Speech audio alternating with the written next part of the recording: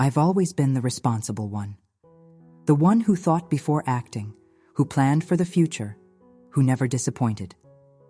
At 44, I had built a solid career as a marketing manager at a tech company in Seattle, with a salary that allowed me to live comfortably and still make investments. 3 years ago, I bought an apartment in Portland as a way to diversify my investments and secure extra income for my retirement. The plan was simple: rent the property for long-term stays, earn a steady income, and have a place to retire in the future, should Seattle become too expensive for me. My routine was predictable, but brought me satisfaction. I woke up at 5:30 a.m., ran in the park near my apartment, arrived at the office by 8 a.m., and rarely left before 7 p.m. On weekends, I alternated between visits to my mother, who still lived in the house where I grew up after my father's passing, and moments of rest. I was never one for lasting relationships. Perhaps because I had watched my parents' marriage slowly crumble, with my father increasingly absent until he simply decided he needed to find himself at 50, leaving my mother with 2 children and bills to pay. Ethan, my younger brother, had always been my opposite. While I saved, he spent. While I planned, he improvised. While I took on responsibilities, he avoided them. Even so, I never stopped loving him. We grew up together, shared the same traumas from our parents' separation, the same nights hearing our mother cry in the next room, the same Christmases waiting for a father who never showed up. Perhaps that's why I always felt responsible for him, even when I disagreed with his choices. It was on an ordinary Wednesday, in the middle of a meeting about next quarter's marketing strategy, that I received the call from my mother. Her voice carried that mix of concern and implicit request that I'd learned to recognize over the years. "Dana, honey, I need to talk to you about Ethan."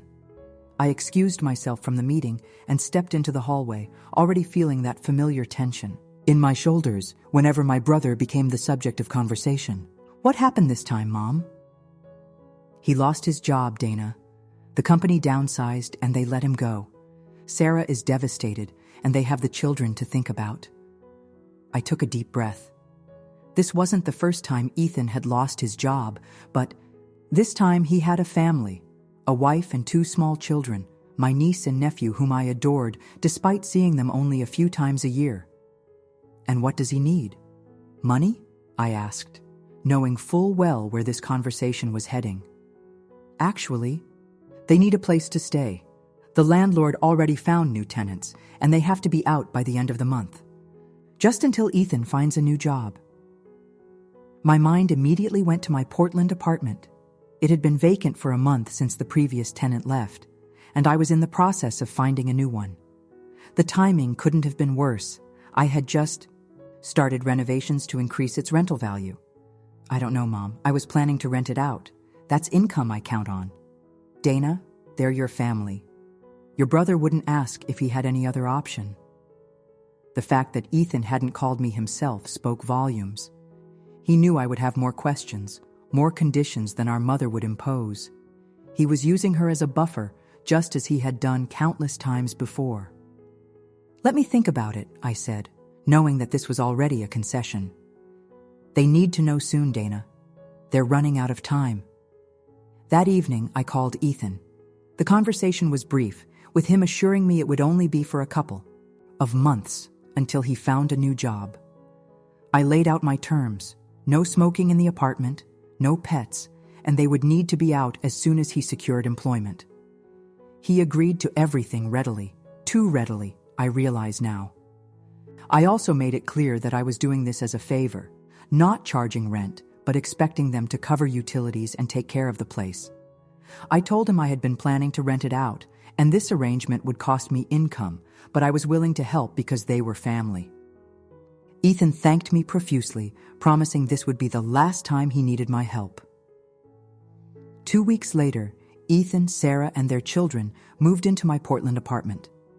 I had visited the weekend before to make sure everything was in order and to hand over the keys. The renovations I had planned were put on hold, which meant delaying my plans to increase the rent. But I told myself it was temporary, and family comes first. For the first few months, everything seemed fine. Ethan called weekly with updates, saying he was interviewing for positions and that Sarah had found part-time work. The kids were adapting well to their new school. I even drove down to Portland twice to have dinner with them, and the apartment looked well kept. It was around the 5-month mark that I received a strange call from Mrs. Patel, the elderly neighbor who lived in the foyer apartment across the hall. "Dana, dear, I just wanted to ask if you're converting your apartment into a hotel. There have been so many different people coming and going. I thought you should know." I felt a cold sensation settle in my stomach. "What do you mean, Mrs. Patel? My brother and his family are staying there temporarily." "Oh, I know Ethan and Sarah, dear, but they're not always there. I've seen many couples coming in, staying for a day or two, then leaving. Different people every time. I thought perhaps you had decided to do one of those short-term rental things the young people do these days." I thanked Mrs. Patel for the information, promising to look into it while my mind raced with possibilities, none of them good. Immediately after hanging up, I called Ethan. No answer. I tried Sarah's number. Straight to voicemail. I sent texts to both, asking them to call me as soon as possible. Hours passed with no response. Worried and increasingly angry, I decided to check online. I searched for short-term rentals in Portland and systematically went through the listings in my apartment's neighborhood. After 20 minutes of searching, I froze. There it was, my apartment, photographed beautifully, described as a cozy urban retreat perfect for couples, available for $175 per night with a 2-night minimum. The host's name was ENS Retreats, and the reviews went back at least 4 months. I stared at the screen, unable to process what I was seeing. My apartment, my property, being rented out without my knowledge or consent. The profile had over 70 reviews, most of them glowing, praising the attention to detail and perfect location. A quick calculation suggested my brother had made well over $15,000 from my property while living there rent-free. The betrayal hit me like a physical blow. I had opened my home to help my brother in a time of need, postponed my own plans, sacrificed income, and this was how he repaid me, by exploiting my generosity for profit behind my back. When my phone finally rang that evening, I was still sitting at my kitchen table, documents spread out before me, printouts of the rental listing, my original purchase agreement for the apartment, the building's HOA rules that explicitly prohibited short-term rentals. My hands were shaking as I answered. "Dana, sorry I missed your calls. We were out with the kids." Ethan's voice was casual, almost cheerful. "Where are you staying right now, Ethan?" I asked, my voice carefully controlled. A slight pause. "At your place, of course. Where else would we be?" "That's interesting, because I just got off the phone with Mrs. Patel. She tells me there have been strangers coming and going from my apartment. Care to explain that?" Another longer pause. "Oh, that. We've had some friends visit from out of town. I should have mentioned it." "Friends?" I repeated. "And do these friends pay you $175 a night to stay there?" The silence that followed told me everything I needed to know. When Ethan finally spoke, his tone had changed completely. "Dana, listen, I can explain. We needed the money, and your place was just sitting there most of the time while we were staying with Sarah's parents. It seemed like a waste not to—" "You've been living with Sarah's parents? Not in my apartment?" "Not all the time. We split our time." "Look, Dana, you don't understand what it's like. I lost my job. We have 2 kids to support. So you decided to use my property to run a business without my knowledge or permission? Do you have any idea how many ways that's wrong? It's against the HOA rules. It's probably violating tax laws, not to mention it's a complete betrayal of my trust." "Don't be so dramatic." Ethan's voice had an edge now. "We kept the place clean and no one got hurt. I was going to tell you eventually, maybe even split the profits with you. I just needed to get back on my feet first." "How long, Ethan? How Long have you been doing this? He sighed. Since about a month after we moved in. But Dana, listen, I cut him off. I want you to cancel all future bookings immediately. Remove the listing. And I want you out of my apartment within 48 hours. I'll be driving down to Portland tomorrow to assess the damage and change the locks. Dana, you can't do that. We have nowhere else to go. What about the kids? You just told me you've been staying with Sarah's parents. I'm sure they'll understand if you need to stay there full time for a while. And don't pretend to care about my feelings now, Ethan. You lost that right when you decided to exploit my generosity for profit. Fine, he spat, his true colors finally showing. Take your precious apartment back, but don't expect me to pay you anything. We've improved the place, if anything. New sheets, better coffee maker, more stylish decor. The guests loved it. You should be thanking me for increasing its value. I hung up without another word, my hands still shaking, but now from anger rather than shock. In the silence of my kitchen, I made a promise to myself. This time would be different. This time, I wouldn't let Ethan manipulate me or make me feel guilty for standing up for myself. This time, I would make him face the consequences of his actions. I've spent my life cleaning up your messes, Ethan, I whispered to the empty room. But not this time. This time, you clean up your own. The next morning, I called in sick to work for the first time in 3 years. My boss, concerned by my uncharacteristic request, asked if everything was all right.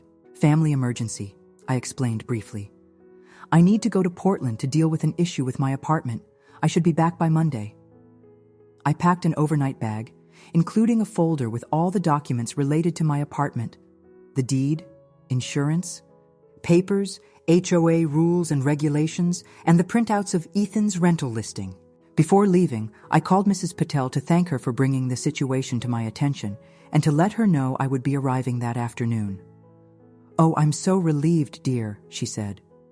I wasn't sure if I should say something, but all those strangers coming and going, it made me nervous. And I hadn't seen those lovely children in weeks. During the 3-hour drive to Portland, I tried to process my feelings. The hurt ran deep, not just because of the financial exploitation, but because of the deception. Ethan had looked me in. The I, during our family dinners, had accepted my help, all while secretly profiting from my property. It was a betrayal on multiple levels. By the time I arrived at the apartment building, I had moved past shock and into a cold, calculated anger. I parked my car and took a moment to check my phone. There were 3 missed calls from my mother and a text that read, "Ethan told me. What happened? Please don't do anything rash. Call me." I ignored it for now. My mother had always favored Ethan, had always made excuses for his behavior. She would try to convince me to forgive him, to let him stay, to understand his situation. Not this time. As I approached my apartment door, I noticed a small electronic keypad next to the traditional lock, a modification I hadn't authorized. I used my key to enter and was immediately struck by how different the place looked. The furniture had been rearranged, new artwork hung on the walls, and there was a small desk in the corner with a welcome binder labeled Guest Information. The apartment was empty, but signs of hasty packing were evident. Drawers left open, hangers scattered on the closet floor. In the kitchen, I found a coffee station set up with a high-end espresso machine I didn't recognize and a basket of single-serving coffee pods. The refrigerator was stocked with miniature bottles of wine and small snacks, each with a handwritten price tag, a makeshift mini-bar. I moved methodically through each room, taking photos with my phone to document everything. In the master bedroom, the closet had been converted into a storage area with extra linens, toiletries, and cleaning supplies, all the necessities for running a short-term rental business. On the nightstand, I found a notebook. Flipping through it, I discovered a meticulous record of bookings, dates, guests' names, and amounts paid. According to these records, Ethan had been running this operation for nearly 5 months, and the total earnings were even higher than I had estimated, close to $20,000. As I continued my inspection, I found more evidence of how thoroughly Ethan had converted my apartment into a business. Professional quality photographs taped to the inside of a kitchen cabinet showing different staging arrangements for marketing photos. A calendar with bookings marked through the next 3 months.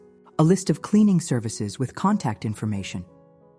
I sat down on the couch, feeling a strange mix of anger and reluctant admiration. My brother had put more effort into this unauthorized rental business than he had into any legitimate job he'd ever held.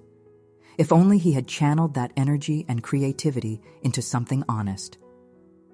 My phone rang. "Ethan, Dana, where are you? I still have some things at the apartment." "I'm here now," I replied coolly, "looking at your little hotel operation." "Look, I know you're upset." "Upset doesn't begin to cover it, Ethan. Do you realize what you've done? You've violated my trust, broken HOA rules that could result in fines for me, potentially violated tax laws, and made who knows how many unauthorized modifications to my property." "About that," he hesitated. "I need to get the espresso machine." "It's not yours, I bought it specifically for the guests." "With money you made from renting out my apartment without permission," I pointed out. "But fine, you can have your espresso machine. When are you coming to get your things?" "I was thinking later today, around 6. Sarah's parents are letting us stay with them temporarily, but we need to figure something out soon. Dana, if you just let us continue with the rentals, maybe with a proper agreement this time." "Not a chance, Ethan. You had an agreement. Stay here until you found a job. Instead, you turned my property into a business behind my back. That's not something I can just forgive and forget." "But think about it. The place is already set up. It's making good money. We could split the profits. It would be a win-win." I couldn't believe his audacity. Even now, caught red-handed, he was trying to spin the situation to his advantage. "No, Ethan. I want my apartment back, and I want you out of my life until you can take responsibility for your actions. Be here at 6 to get your things. I'll be changing the locks immediately after." I hung up and took a deep breath. My phone rang again almost immediately, but this time it was my mother. I considered ignoring the call, but knew it would only delay the inevitable confrontation. "Dana, what are you doing?" she demanded as soon as I answered. "Ethan told me you're kicking him and his family out with nowhere to go." "Hello to you too, Mom," I said, trying to keep my voice steady. "And that's not what's happening. Ethan and his family haven't been living here full-time for months. He's been renting out my apartment as a short-term rental without my knowledge. Or permission. Well, yes, he mentioned that. But he was just trying to make ends meet until he found a job. You know how hard it's been for him." "Mom, he's made nearly $20,000 doing this. That's not making ends meet. That's running a business using my property without consent. But surely you don't need to kick them out right away. They have children, Dana. Your niece and nephew. Think about them. The same niece and nephew who haven't been living here for months because Ethan and Sarah have been staying at her parents' house. Those children?" My mother was silent for a moment. "I didn't realize Ethan didn't mention that part." "Of course he didn't. He's telling you what he thinks will make you sympathize with him and pressure me into letting this go. But not this. Time, Mom. I've helped him countless times, and this is how he repays me. He's your brother, Dana. Family sticks together. Family doesn't exploit each other, Mom. Family doesn't lie and deceive and take advantage. I've supported Ethan through so many mistakes and bad decisions, but this crosses a line. He needs to face the consequences." My mother sighed heavily. "I just don't want this to tear the family apart." "I'm not the one tearing anything apart. That's on Ethan. I have to go now. I need to call a locksmith." After hanging up, I sat in silence for a few minutes, gathering my thoughts. Then, I made 2 calls, one to a locksmith who could come that evening and another to my company's legal department. I had helped them with several marketing campaigns and had built a good relationship with one of the attorneys, Jessica. She agreed to meet me for coffee the next morning to discuss my options. When Ethan arrived at 6, Sarah was with him. She looked uncomfortable, avoiding my gaze as they entered the apartment. "We just need to get our things," Ethan said, his tone clipped. I nodded, watching as they began collecting their personal belongings. Sarah disappeared into the second bedroom, where the children had supposedly been staying, and emerged with 2 small backpacks. "Where are the kids?" I asked her directly. She glanced at Ethan before answering. "They're at my parents'. They've been staying there most of the time since we started doing the rentals." At least she had the decency to look ashamed. "How long have you both been living there instead of here?" "About 4 months," she admitted quietly. "We would come here to prepare the apartment between guests, but you found it more profitable to rent out my property than to live in it," I finished for her. Ethan emerged from the kitchen with the espresso machine and a box of supplies. "It was a business opportunity, Dana, one that benefited everyone. The guests got a nice place to stay, we made some money, and your apartment was being used instead of sitting empty. Except it wasn't your business to run, Ethan. It wasn't your property to profit from, and it wouldn't have been sitting empty if you had been honest with me about not needing to live here. What difference does it make? The place is in better condition now than when we moved in. We've improved it. The difference is consent, Ethan. Permission, honesty, basic respect for other people's property and boundaries. Concepts you've apparently never grasped." Sarah looked increasingly uncomfortable as she gathered the last of their belongings. "I'm sorry, Dana. It wasn't right what we did. I told Ethan we should talk to you first, but I knew she would say no," Ethan interrupted. "Because Dana always thinks she knows best. Always the responsible one, looking down on everyone else's choices. This isn't about me looking down on you, Ethan. This is about you stealing from me. Because that's what this is, theft of use. You took something that wasn't yours and profited from it." "Oh, please, don't be so dramatic. No one got hurt." "I got hurt," I said quietly. "You betrayed my trust. Again. And this time, I'm not going to just forgive and forget because we're family." Ethan snorted. "What are you going to do? Sue me? Your own brother?" "If necessary, yes." That got his attention. For the first time since arriving, he looked genuinely concerned. "You wouldn't." "Try me," I replied evenly. "I'm meeting with an attorney tomorrow to discuss my options. By my calculations, you've made around $20,000 renting out my apartment. I believe I'm entitled to all of that, plus damages for unauthorized modifications and potential HOA violations." Ethan's face flushed with anger. "This is ridiculous. We're family." "Family," I repeated. "You keep using that word when it's convenient for you. But family works both ways, Ethan. It means respect and honesty, not just free housing and easy money." Sarah touched Ethan's arm. "Let's just go. We can talk about this later when everyone's calmer." They gathered the last of their things and headed for the door. Before leaving, Ethan turned back. "Mom's right. You've changed, Dana. You used to be kind and understanding. Now you're just bitter and vindictive. I didn't rise to the bait. The locksmith will be here in an hour. Don't forget anything because you won't be coming back." After they left, I methodically continued documenting everything in the apartment, taking more photos and making notes.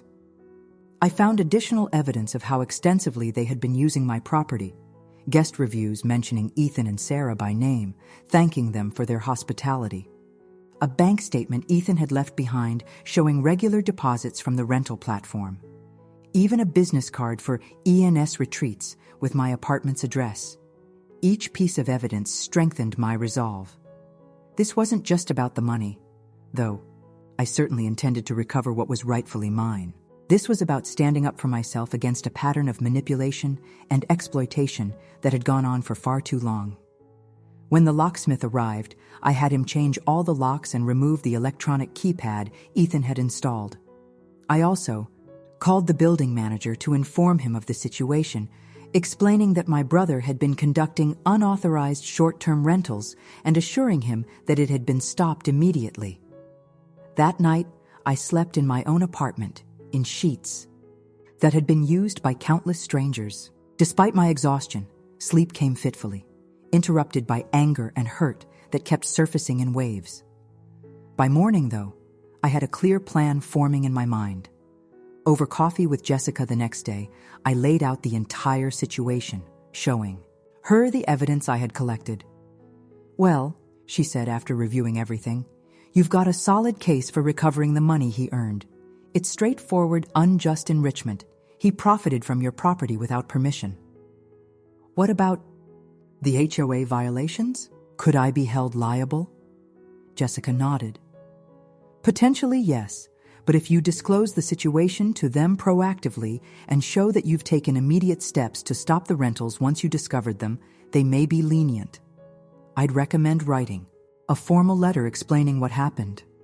And the tax implications? If Ethan was running this as a business using my address, that's more complicated.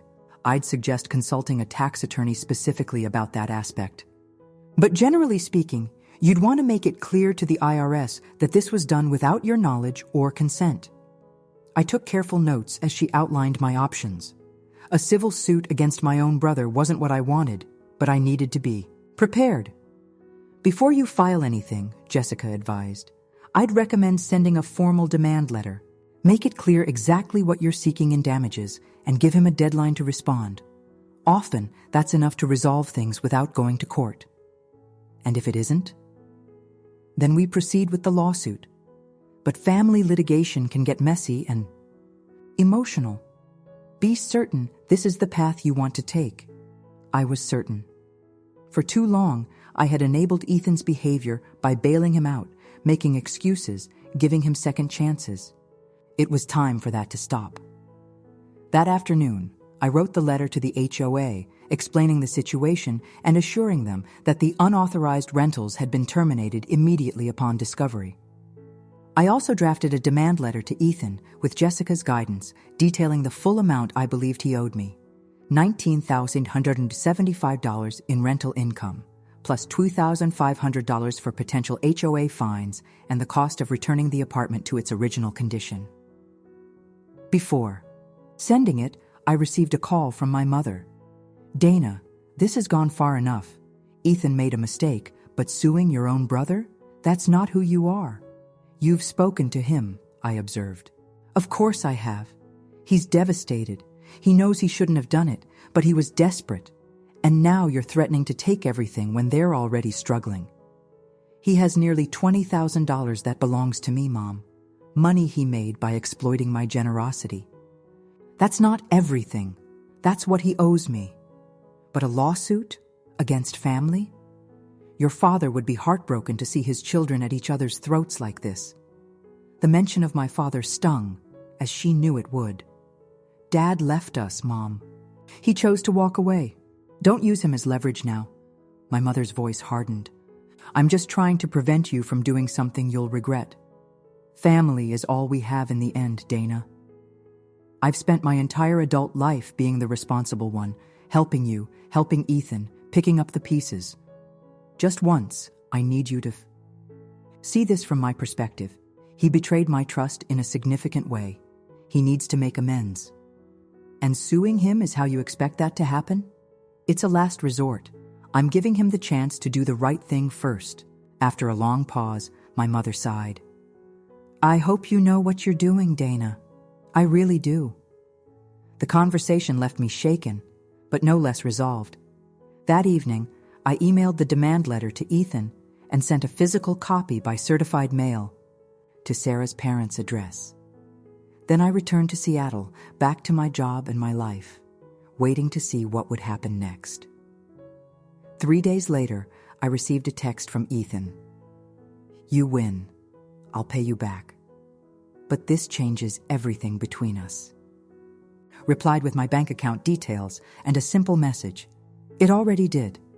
The transfer came through the next day, $22,375, the full amount I had demanded. No accompanying message, no acknowledgement of wrongdoing, just the money. It should have felt like victory. Instead, it felt hollow. I had recovered what was financially mine, but the cost to my family relationships was significant. My mother had barely spoken to me since our conversation. Ethan, of course, wasn't speaking to me at all. Even Sarah, who had seemed to understand the gravity of what they had done, had gone silent. But as days turned into weeks, I began to realize something important. The guilt and discomfort I felt wasn't because I had done something wrong by standing up for myself. It was the residual effect of a lifetime of being conditioned to put others' needs, especially my family's, above my own. And as that realization solidified, I found myself sleeping better, standing taller, speaking more confidently at work. For perhaps the first time in my adult life, I had drawn a clear boundary and enforced it, regardless of the emotional manipulation thrown my way. 2 weeks after receiving Ethan's payment, I discovered something unexpected while reviewing my apartment's insurance policy. Ethan had left a window of vulnerability I hadn't even considered. If there had been damage or theft by one of his guests, my insurance likely wouldn't have covered it, since the property was being used commercially without proper coverage. The potential financial disaster could have been enormous. With this new information in hand, I sent one final email to Ethan. I recently learned that your unauthorized rental business put my property at significant insurance risk. Had anything happened, fire, major damage, liability claim from a guest, I would have been financially ruined. I'm not asking for anything more, but I thought you should understand the full scope of the risk you exposed me to without my knowledge or consent. Despite everything, I hope you, Sarah, and the kids are doing well. I didn't expect a response, and for several days, none came. Then, on a Saturday morning, I received a text from Sarah. Ethan won't admit it, but your email made him think. He started looking into legitimate property management as a career. I'm sorry for my part in what happened. The kids miss their aunt. When you're ready, we'd like to try to rebuild. It wasn't an explicit apology from Ethan, but it was a start. A recognition, however indirect, that what they had done wasn't just wrong, but potentially catastrophic. And perhaps more importantly, it suggested that Ethan might finally be channeling his talents in a legitimate direction. I didn't respond immediately. Trust, once broken, isn't easily repaired, but I saved the message, a small seed of possibility for the future. In the meantime, I had decisions to make about my apartment. The experience had shown me how profitable short-term rentals could be, if done properly and legally. After consulting with the HOA and securing the appropriate permits and insurance, I decided to list the apartment officially as a short-term rental, hiring a legitimate property management company to handle the day-to-day operations. Ironically, the business Ethan had started illegally was now becoming a legitimate source of income for me, one that would significantly supplement my retirement savings. He saw the opportunity, but took shortcuts, I explained to Jessica over lunch months later. I'm just doing it the right way. And your family? How are things there? I shrugged. My mother is speaking to me again, though things are still strained. Ethan and I exchange the occasional text. Nothing personal, just surface-level updates. Sarah sends me pictures of the kids. It's a work in progress. Do you regret taking a stand? I considered the question carefully. No, it was painful, and the fallout has been difficult. But for the first time in my life, I put myself first when my family was involved. That's not something I regret. What I didn't say, but knew in my heart, was that by standing up to Ethan, I had actually done him a favor. My brother had spent his entire adult life avoiding consequences, being bailed out, taking the easy way out. By holding him accountable, I had forced him to face reality in a way no one else had been willing to do. Nearly a year had passed since the apartment incident when I received an unexpected invitation. My niece's birthday party at a local park in Portland. The message came from Sarah with a note saying, "It would mean a lot to Emma if her aunt could be there. Ethan knows I'm inviting you. Ball's in your court." I hadn't seen my niece and nephew in person since discovering Ethan's deception. We had exchanged video calls a few times at Sarah's insistence, but they had been awkward and brief. The thought of seeing everyone in person, including Ethan, made my stomach tighten with anxiety. But Emma was turning 8, and she deserved to have her whole family there. After much deliberation, I RSVP'd yes. The day of the party was unseasonably warm for Portland in April. I arrived with a carefully wrapped gift, a telescope Emma had mentioned wanting during our last call, and a knot of tension in my chest. Sarah spotted me first, waving enthusiastically and hurrying over to greet me with a hug that felt surprisingly genuine. "I'm so glad you came," she said. "Emma's been talking about nothing else since I told her you might be here." As if on cue, my niece spotted me and came running, her face lighting up with excitement. "Aunt Dana, you came! Did you bring the telescope? Mom said you might." I laughed, genuinely happy to see her. "Happy birthday, Emma. And yes, there might be a telescope in this very large, telescope-shaped package." She hugged me tightly before dragging me over to where her friends were playing. I was introduced as my aunt who lives in Seattle and has the coolest job ever, a description that warmed me despite my lingering anxiety about the inevitable encounter with Ethan. It came, sooner than I expected. As Emma rejoined her friends, I turned to find my brother standing a few feet away, looking uncomfortable but determined. "Dana," he said simply. "Ethan." An awkward silence stretched between us. Then, surprisingly, he spoke first. "I owe you an apology. A real one, not just returning the money. I hadn't expected this. In our family, apologies were rare, especially from Ethan." "I'm listening," I said cautiously. He gestured toward a bench away from the main party area. "Can we sit for a minute?" We moved to the bench, both of us watching the children play as we gathered our thoughts. "What I did with your apartment," Ethan began.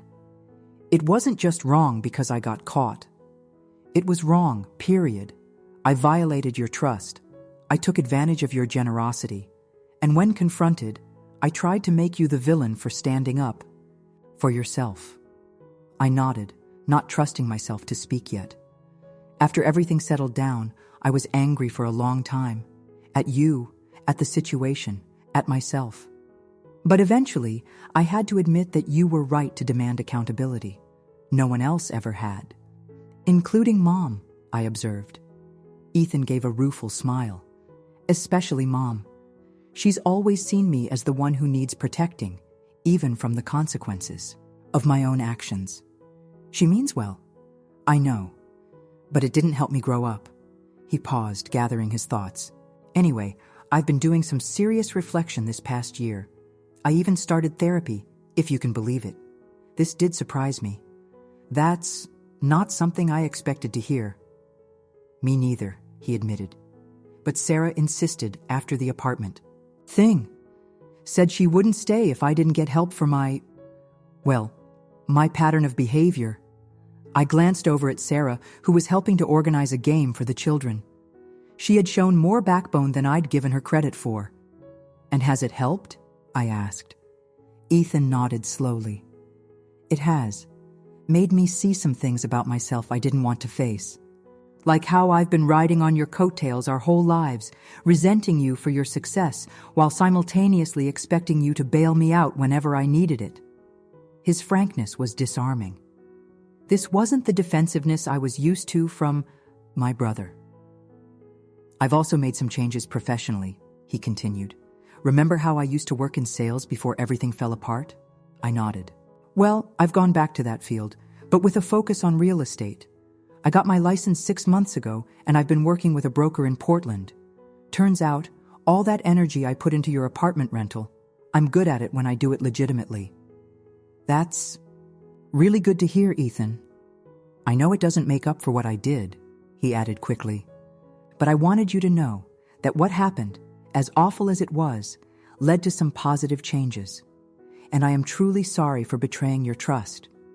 I studied my brother's face, looking for signs of the manipulation I'd grown accustomed to. But all I saw was sincerity, tinged with nervousness. "I appreciate the apology," I said finally. "It means a lot. Does that mean we're okay?" I considered the question carefully. It means we're on the path to being okay. Trust takes time to rebuild. Ethan, but I'm willing to try if you are. He nodded, relief evident in his expression. I am. And there's something else I wanted to talk to you about, actually. A proposition. A legitimate one this time. I'm listening. Your apartment has been doing well as a short-term rental, right? The management company handling it is good, but their fees are high. I tensed slightly. Where is this going, Ethan? He held up his hands. Nothing underhanded, I promise. I've started a small property management company, focusing specifically on short-term rentals, completely above board, licensed, insured, everything by the book. I'd like to manage your property as part of my portfolio. At a lower rate than you're currently paying, I raised my eyebrows. You want to manage the apartment you illegally rented out?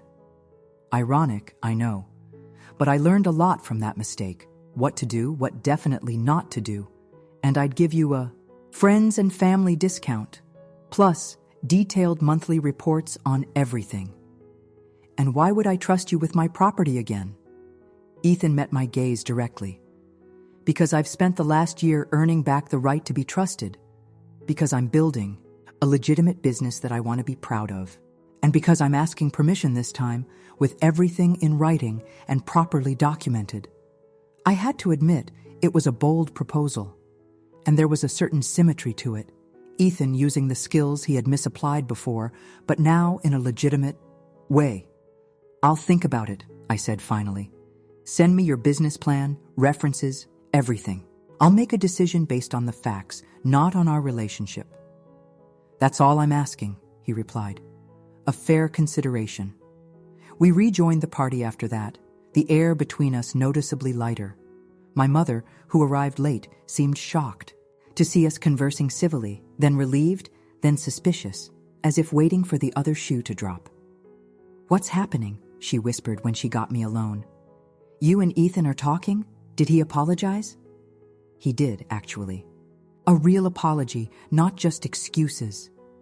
My mother looked stunned. Well, that's wonderful. I've been so worried about you two. We're working on it, Mom. It's a process. Does this mean you've forgiven him completely? I shook my head. It means I'm open to rebuilding our relationship. Forgiveness comes with time and demonstrated change. She seemed about to protest, to push for an immediate and complete reconciliation as she always had in the past. But then, surprisingly, she stopped. Herself. You know, Dana, I've been thinking a lot about my role in all this. How I've always pushed you to forgive and forget, to be the bigger person. It wasn't fair to you. Now it was my turn to be stunned. That's not what I expected you to say. She smiled sadly. I'm capable of learning too, you know. Watching how you stood your ground with Ethan, even when it was painful. It made me realize that sometimes the most loving thing isn't to smooth things over. Sometimes it's to hold people accountable. I reached out and squeezed her hand, too moved to speak immediately. The party continued around us, filled with the sounds of children laughing and playing. Emma was showing off her new telescope to her friends, her face alight with excitement. Nearby, Ethan was manning the grill, looking more at ease in his own skin than I had seen him in years. 2 weeks later, after thoroughly vetting Ethan's business plan and speaking with his references, I made my decision. I called him on a Sunday afternoon. I've reviewed everything you sent, I told him without preamble. Your business plan is solid, your references check out, and your proposal offers better terms than my current management company. So that's a yes? I could hear the hopeful tension in his voice. It's a conditional yes, I clarified. We'll start with a 6-month contract. Everything in writing, everything transparent. I get weekly reports for the first month, then monthly after that. And at the first sign of anything irregular, we terminate the agreement. Absolutely, he agreed quickly. I wouldn't expect anything. Bless. I'll have the contract drawn up this week. One more thing, I added. This is a business arrangement, Ethan. I'm trusting you as a professional, not just as my brother. I need to know you understand the difference. I do, he assured me. This isn't about taking advantage of family connections. It's about proving I can run a legitimate business with integrity. I won't let you down, Dana. Not this time. 6 months later, I sat in my Seattle apartment reviewing the latest report from Ethan's company. The numbers were impressive, better than what the previous management company had achieved, with lower fees meaning more profit for me. Every transaction was meticulously documented, every guest vetted thoroughly, every maintenance issue addressed promptly. My phone rang. It was Jessica, who had become a friend beyond our professional relationship. "So," she said when I answered, "how's the experiment going? Ready to fire your brother yet?" I laughed. "Actually, no. He's doing an excellent job. The apartment has never been more profitable, and everything is completely transparent." Wow, that's not what I expected to hear, to be honest. Me neither, I admitted. But he's changed, Jess. He's taken responsibility in a way I've never seen before. Built a legitimate business from the ground up. He even has 3 other properties he's managing now. And personally, how are things on that front, I thought, about our family dinner the previous weekend. The first one in years, without tension simmering beneath the surface. Better. Not perfect, but better. I don't think I'll ever trust him completely, but I've made peace with that. Some bridges, once burned, can only be partially rebuilt. That's pretty philosophical for a Tuesday, Jessica observed. I've had a lot of time to think about family, trust, forgiveness, about where to draw lines and when to extend olive branches. And what's the verdict? I gazed out my window at the Seattle skyline, thinking about how much had changed in a year, that holding people accountable isn't the opposite of loving them. Sometimes it's the purest form of love there is. After we hung up, I opened my laptop and navigated to Ethan's company website. There, prominently displayed on the homepage, was a statement of business ethics that included the line, "We believe in transparency, integrity, and treating every property as if it were our own." A small smile crossed my face. It was a sentiment that would have seemed laughable coming from my brother a year ago. Now it felt like a genuine commitment. I picked up my phone and texted Ethan. "Just reviewed the latest report. Numbers look good. Contract renewal coming up next month. Let's discuss expansion possibilities." His reply came quickly. "Thanks for the vote of confidence. It means more than you know." And the truth was, I did know. Because in holding my ground, in refusing to be manipulated or exploited, I had not only reclaimed my own power, but had inadvertently helped my brother find his, not in schemes or shortcuts, but in honest work and accountability. Some lessons, I whispered to myself, are worth every painful moment they cost to learn. I closed my laptop and turned toward the future, knowing that while some wounds never fully heal, they can transform into something unexpected, bridges to a new understanding, foundations for a different kind of relationship, or simply reminders of our own strength when we finally learn to stand our ground. In the end, what Ethan had seen as my greatest weakness, my insistence on honesty and accountability, had proven to be my greatest strength. And in confronting that strength, he had finally found his own. "We give power to those we allow to harm us," I had once read. And we reclaim it when we finally say, "No more." No more indeed.